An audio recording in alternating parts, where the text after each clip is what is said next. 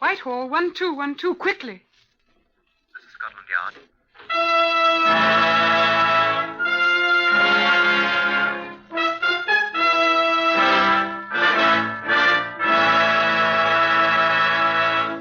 For the first time, Scotland Yard opens its secret files to bring you the authentic, true stories of some of its most baffling cases. These accurate records are drawn from the Scotland Yard files by special permission of Commissioner Sir Harold Scott. They're true in every respect, except for the names of the participants, which, for obvious reasons, have been changed. The research has been done by Mr. Percy Hoskins, chief crime reporter for the London Daily Express, and the stories for radio are written and directed by Mr. Wyllis Cooper. Here are the participants in case number 498MR381. Neville Hutchins, shopkeeper. Yes, I saw the man. Rafe Dibble, taxi driver. I drove him to Charing Cross. Arthur Cunningham, the estate agent. I never saw the woman before. Mrs. Veronica Fanshawe, housewife. The woman was a most unsatisfactory housekeeper. Mrs. Leonie Fornier, housekeeper. Inspector Harold Lowe of Scotland Yard. One of these persons is a murderer. Which one do you suspect? Incidentally, if you're looking for what the Americans call cops and robbers, with the goods and the bad shooting it out, or if you expect lean, pipe-smoking men in fore and aft hats saying, "Follow that cab," you may be disappointed. The job of a policeman, says Commander Rawlings of the Yard, is 95% perspiration, 3% inspiration, and 2% luck. But we have our moments. Now, having concluded my little sermon for today, and if you're still interested, come along with me. This is Scotland Yard's Black Museum. I'd like you to meet Chief Superintendent John Davison, the caretaker. Yes? It's Inspector Lowe, sir, and a friend. May we come in? Well, by all means. Come along. Chief Superintendent William Davidson. Well, how do you do? I expect Lowe has told you all about this place, has he not? Well, frankly, no, sir. I Yes, was hoping... quite. Well, these cases you see around the walls contain articles of all sorts which were important to us in the solution of crimes. In the other room, there are our murder weapons. Now, here are bits of evidence, each of which has played its part in the conviction of a criminal. Here's a blood-stained jacket and a plaster cast of a dead man's hand. Well, what did you wish especially to see, Lowe? Case number 498MR381, sir, if you... Oh, the Fornier case. Right, sir. Oh, here in this corner. Come along. That's a trunk, rather large, old-fashioned black trunk with a heavy lid. It served its purpose admirably.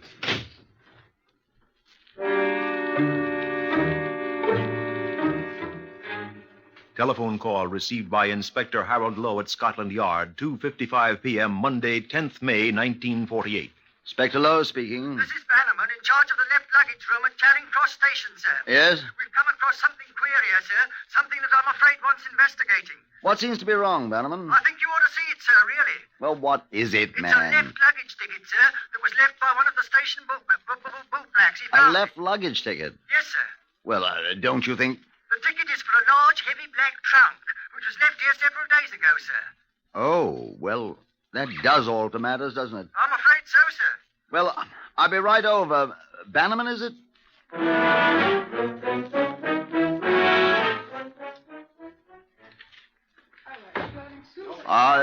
You, Bannerman? Yes? Detective Inspector Lowe, you spoke to me on the telephone. Oh, yes, sir. Will you just step inside, sir? I'll be away for a few minutes, George. Well, hurry back. Will you come with me, sir? I've the ticket in my desk, sir. Here, sir. Oh. Well, what's wrong with it? It was found on the up platform by one of the boot blacks a few minutes after I'd issued it, sir. Well, the owner lost it. It's exactly the way it was found, sir. All crumpled up in a ball. Yes, I see what you mean. A man could lose a ticket, sir, but he wouldn't throw it away just a few moments after he got it, sir. Do you remember the man? Oh, I don't remember him at all, sir. I just remember it was a man. What? It might have been a woman, sir. We handle so many people here. Well, is the trunk still here? You said it's for a trunk, didn't you? Yes, sir. It's right over in that bay, sir. Well, let's have a look at it, please. Follow me. There, sir. The black one. You note the numbers, check. Ah. It's very heavy, sir. Let me give you an hand. Yeah. Yeah. Lock doesn't look very strong. Well, I'll have it open. full of cloth. Cloth isn't that heavy. There's something else in here. Take the end of this piece.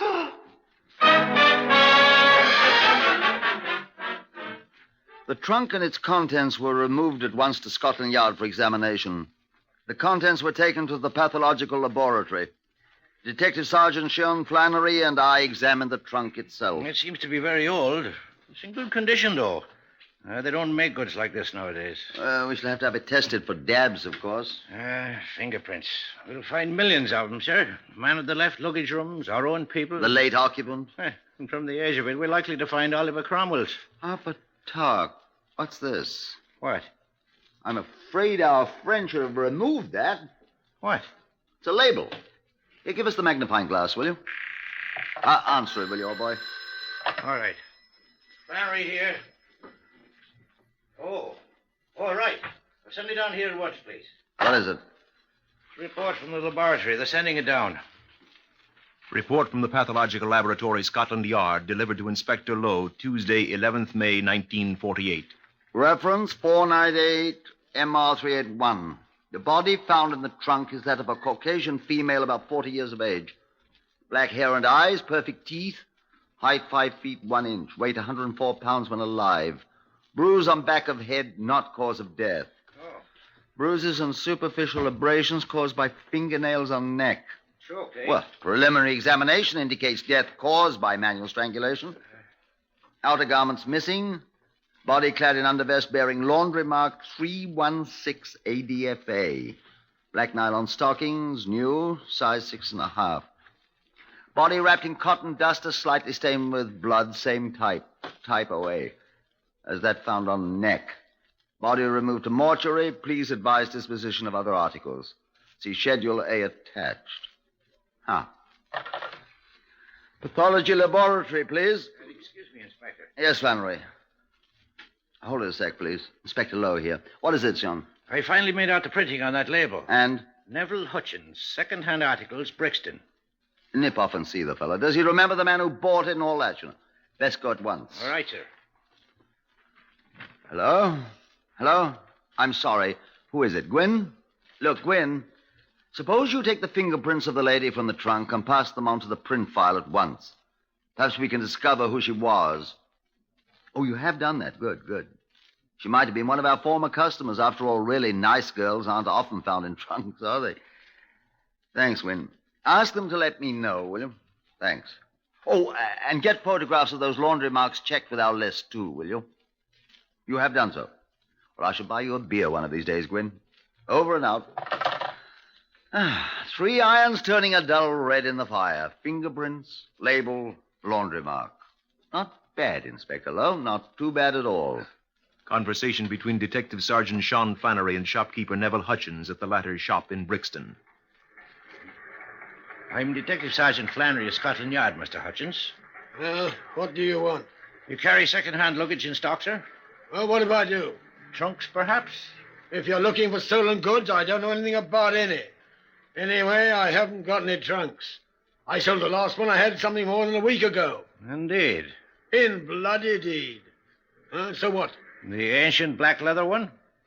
Well, how do you know? Well, we found it. Where? I should say that's none of your business at present. That's the one they found the body in at Charing Cross? How do you know? Well, I read the papers. Percy Hoskins had half a column about it in today's Express.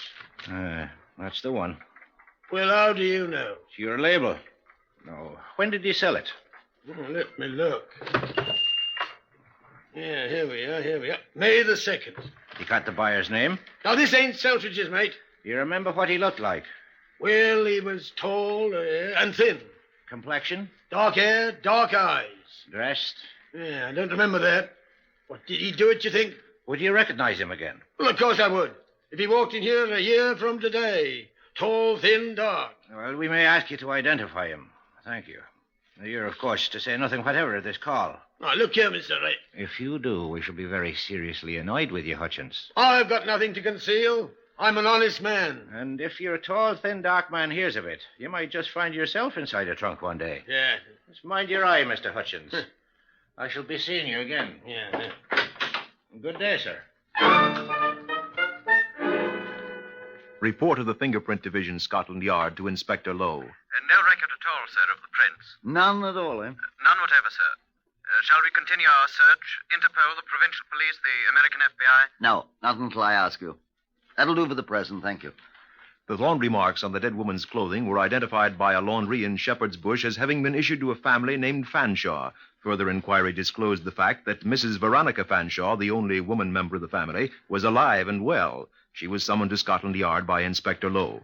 These are your laundry marks, then? Oh, no doubt about it. But the clothing's not mine. That I'm quite certain of. Yes, I'm sure they wouldn't fit you. They're very small. They're very cheap, obviously. Vulgar. I should never wear things like those. Have you any idea how your laundry mark could... I've no idea. Unless... Unless what, madam? We had a cook housekeeper a short time ago. She was one of those tiny women. And where is she? What was her name? Her name is Leonie Fornier. She's French. Is she still in your employ, Mrs. Fanshawe? She is not. I discharged her more than a week ago. I don't know where she is. Why did you discharge her? I did not approve of her. She'd been divorced and, well, you know these French women. Besides, she was a most unsatisfactory housekeeper. I see. You disliked her a great deal. I disapproved of her. Will you come with me a moment, please, Mrs. Fanshawe? Well, whatever for? Will you come with me, please? Where are we going? If you'll follow me, please. What is this place? This table here, if you please.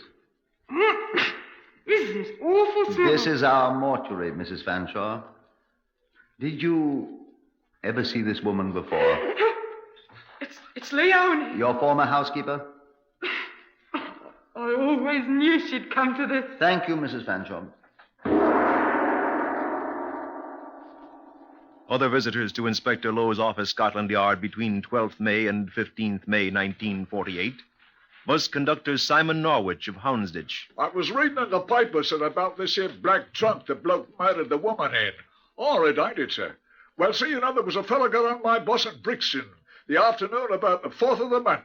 He had a large black trunk with him. Ah? You know, I was half a mind not to leave him aboard, sir. But the bus was empty, and I says to myself, poor sod, with that great big heavy thing, so I let him on, though it is against the rules. Heavy, you said? Well, not heavy after all, sir. Bulk is the word, but it was big and black and old-fashioned, like the paper says.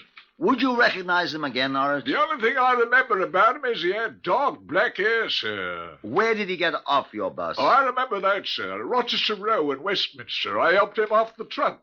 The last I seen was him staggering down Rochester Row with his great hulking black trunk on his hump in the rain. Say, was he the murderer, sir?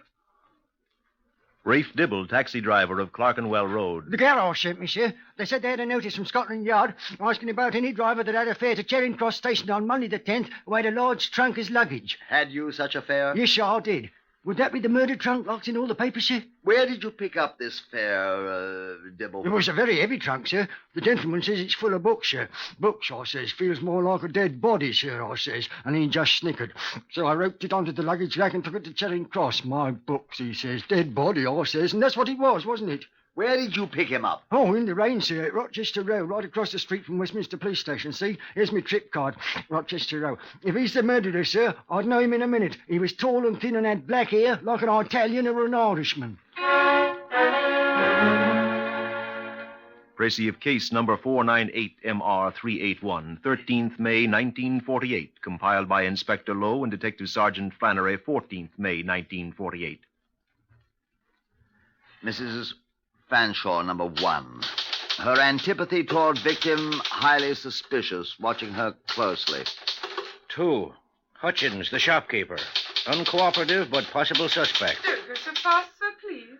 All right. Description vaguely like that of unknown suspect. Tall, thin, dark-haired, under constant observation. Myself.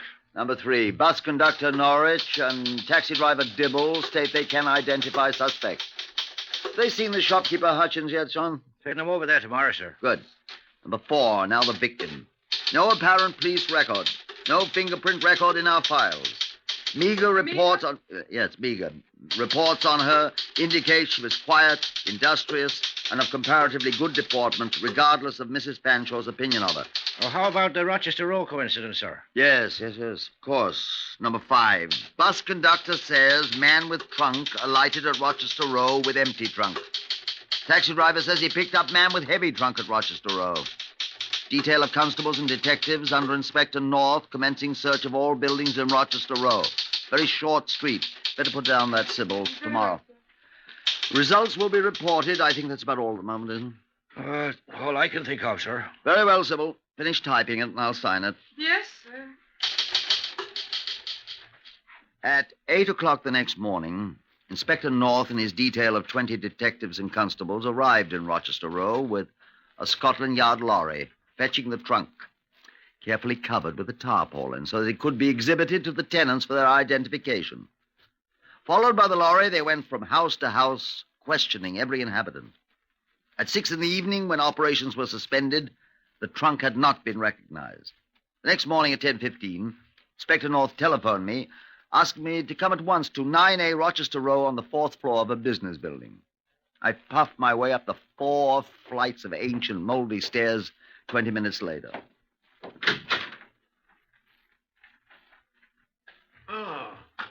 Lou. What's up, North? North, this is Mr. Henry Elphinstone. Inspector Lowe. How do you do? Good morning, Inspector. I was saying to Inspector North that I recognized the trunk at once. Good. I want to sit down. Before you fall down, old chap, huh? Well, here you are. Now, go on. I saw it in the hall outside this room one day last week. I was right. Whose room was this? Well, unfortunately, I've never seen him. My assistant rented this place to him on April the 11th. His name, Arthur Cunningham. Where is he? Skipped. What? He left without notice. The 6th, Thursday, that was. What was his business? Well, an estate agent, he said. Left this note on the table there. I got it out of our files. Sorry, gone broke. Paid up to 11th. Please let typewriter people have a machine. Arthur L. Cunningham, who has been and gone and hopped it. You don't know if there must be another way of making a living. I can give you the name of his bank. You should be able to find him quite quickly through them, sir. Oh, most excellent man, Elphinstone. Now, who will carry me down 4 flights of stairs to a telephone? At the Camberwell address furnished by Cunningham's bank, the landlady reported to Inspector Lowe that Cunningham had left the place on the 5th, leaving no forwarding address. But she remembered a letter addressed to Cunningham had been delivered to the house 2 days after he had departed. She gave the unopened letter to the inspector, who opened it legally at Scotland Yard and read it eagerly. It was a form letter from the Post Office Telegraphs Department. We regret that your telegram dated 3rd of May to Mrs. Harriet Cunningham, Greyhound Hotel, Hammersmith, was undeliverable because... Ha! Inspector Lowe here. Put me through to Hammersmith, the Greyhound Hotel, Mrs. Harriet Cunningham at once. I'll wait, yes. The innocent Mrs. Cunningham was only too glad to tell the inquiring friend where her husband was to be found, of course. The Hammersmith police picked him up in a pub that night, and the next day he confronted Inspector Lowe at Scotland Yard. He was quite at ease. No, I'm sorry. I never saw the woman before. You know, I'm that old-fashioned character, faithful to my wife, Inspector. Well, that's very commendable, I'm sure. Right. Admit I've been about the country a bit since I was demobbed last year. But I assure you all my travels were in quest of that elusive thing, a job. I gather they're rather difficult to come by. I found it, sir. I thought I had a good thing in this estate agent business, but I found myself possessed of nothing but my fare to Hammersmith to my wife. Fortunate she has a good job at the Greyhound there. Wonderful woman, Harriet. It was her 9pence I was buying my gin and it with at the pub where chaps found me. You say you did see that trunk at the place in Rochester Row? Yes, I think I'd seen it. I didn't take any special notice of it. It's a horrible thing. Quite. Well, you've been quite open with me, and I appreciate it, Mr. Cunningham. You won't mind if I check up on the statements you've made? Oh, of course not, I've nothing at all to conceal, sir. Just as a matter of formality, do you mind having those 2 chaps who said they'd remember the man with the trunk, the shopkeeper, and the taxi driver? Do you mind having them look you over? Oh, of course not. I do think, though, that you should parade 1 or 2 others with me to see if they can vote for one. Isn't that the proper procedure in detective circles? Of course, I'll see to that. If I get them now and bring in 1 or 2 others to stand inspection with you... Oh, well, let's get it over with, by all means. I'll get them all at once, then. All right, on with the show. Oh, excuse me, sir. Flannery, go on in. You can help me. I'm Just a minute, sir. I was checking on relatives of the murdered woman. Yes, in a moment. This is her former husband. Afternoon, sir. You were married to Leonie Fornier? Yes, sir. Have you been in the mortuary? We just came from there, sir. He recognized her. Bloody awful, sir. Tell the inspector why you divorced her. I didn't divorce her. I just left her. Tell the inspector why. She was running around with another man. Tell the inspector his name. Arthur Cunningham, sir. I was very happy as I ushered Sergeant Flannery, Sergeant Anstruther, Inspector North, and Constable Fletcher into my office. Stand along the wall there, I said, in the bright light with Mr. Cunningham. I picked up the telephone.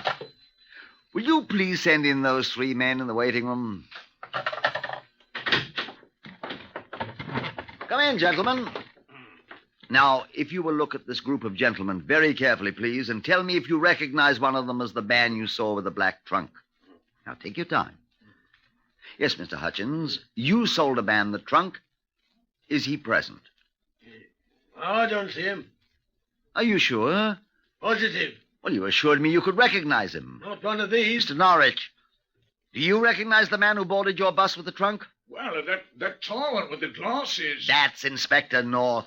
Well, if it ain't had any idea, sir. You devil. Is the man who hailed your cab among these gentlemen? No, sir. He had a moustache. Nobody here's got a moustache. That's right.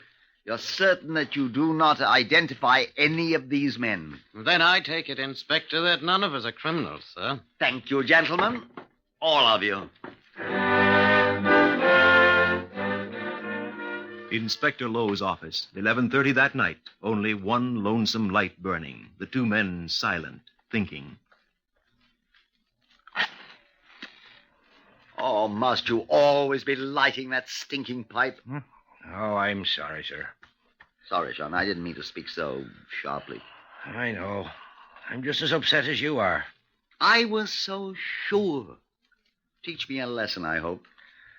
Those chaps were so certain they could identify him. But they couldn't. The taxi driver. I talked to him afterwards. That tall chap, he says. He might have been the one, except he hadn't no moustache. I know. And his hair was the wrong color. A man can shave off a moustache. Yes, and dye his hair. Dye black hair? Well, you can make it lighter. I suppose. Well, I don't know whether Cunningham did it or not, but I'm definitely of the opinion that the murder was committed in that place in Rochester Row where the trunk was. An ideal setup for a murder. Tenant gone, place empty, the renting agent, that Elphinstone chap. Well, he didn't even miss Cunningham till the next morning. Woman's husband said that she'd been running around with Cunningham. Or she might have gone there to see him and found him gone. Friend husband could have been following her, caught her and cracked her neck. By crikey. He was tall and thin. He had dark hair and a moustache. Well, we're not in such bad shape after all. Look, North and his crew are over there at Rochester Road taking the place apart, brick by brick. They're going to work all night, and perhaps they'll find something. I devoutly hope so. Anyway, I'll have this husband fella picked up and printed in case he left any marks of his paddies about over there. Well, we'll start all over again. I'll go home and get a night's sleep, and we'll have our little group of talented identifiers in here early in the morning to tell us that's our boy. You know, you're an extremely clever man, Sergeant Flannery. I'll have them all here first thing. Yes, Inspector Lowe? Who? Oh, yes, Mac. Well, we were just leaving, but... Oh, not really. Of course we'll wait. Come on down. Mac up in the laboratory. Says he's been working on the contents of the trunk. Oh, not the late Mrs. Fornier, the other things, and he wants to show us something. Did he say what? Afraid I didn't give him a chance. He's fetching it down to us, whatever it is. Well, I hope he hurries. Come in. Hello, Mac. Glad I caught you. It's just enough chance, but What have you got? What have you got? Well, this is the duster that was in the trunk where the late lamented. That looks awfully clean. I just washed it. I wanted the blood stains. Look here under the light. Here, you see it in the corner? The blood stains covered it up before, and it's pretty faded. Greyhound Hotel, Hammersmith. The hotel where Cunningham's wife works. Is it important, Inspector? It's rather small for a hangman's noose, Mac, old boy, but I fancy 'twill serve. 'Twill serve. Now, Sean, you get friend Cunningham out of his comfortable bed at about the time Dawn is mucking about with her rosy fingers. And you grasp Mr. Cunningham between the thumb and forefinger of the right hand and fetch him here to the waiting room. And watch him wait till I consent at last to see him. Yes, sir. And then what, sir? And then you and I'll make a short visit to the mortuary. What for? To see if the unfortunate lady on the slab is still smiling.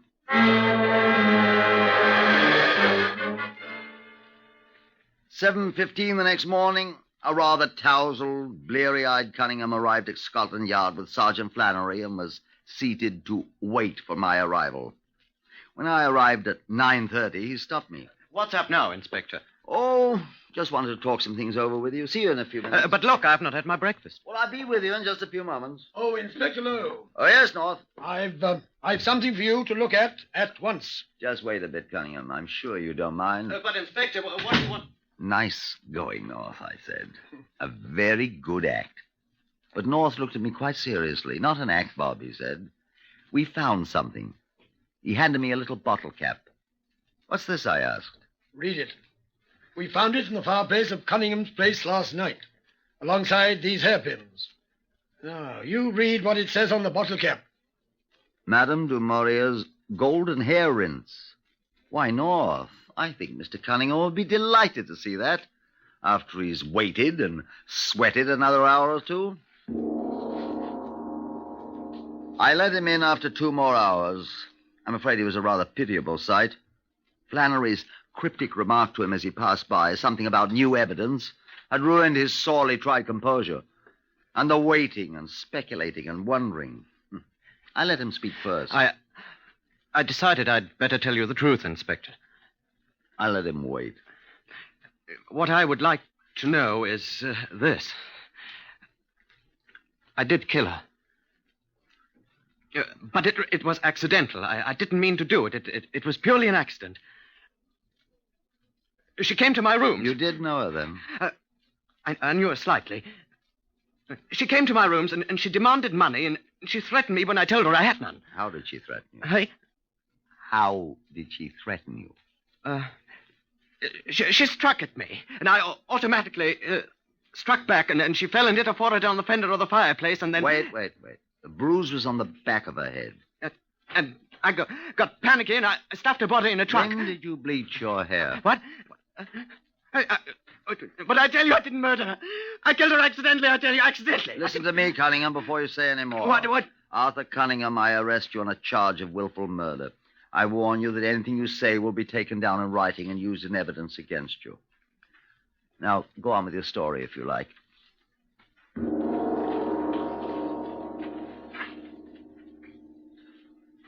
The crime. Cunningham's admission at the trial that he had lured his former inamorata to his office to put an end to her threats of exposure, together with his eventual identification by the shopkeeper, the taxi driver, and the bus conductor, the stolen duster from the Hammersmith Hotel in which the body was wrapped, and other evidence produced by Scotland Yard, were of great importance at his trial. The verdict. My lord, we, the jury, find the prisoner guilty of willful murder. The sentence. To be hanged by the neck until you are dead.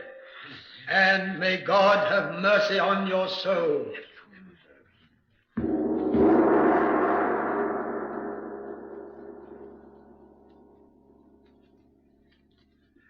You have heard the true story of Scotland Yard case number 498 MR381. The names of all participants have been changed for obvious reasons. The research on Whitehall 1212 is done by Percy Hoskins, chief crime reporter of the London Daily Express, and the stories for radio are written and directed by Wyllis Cooper.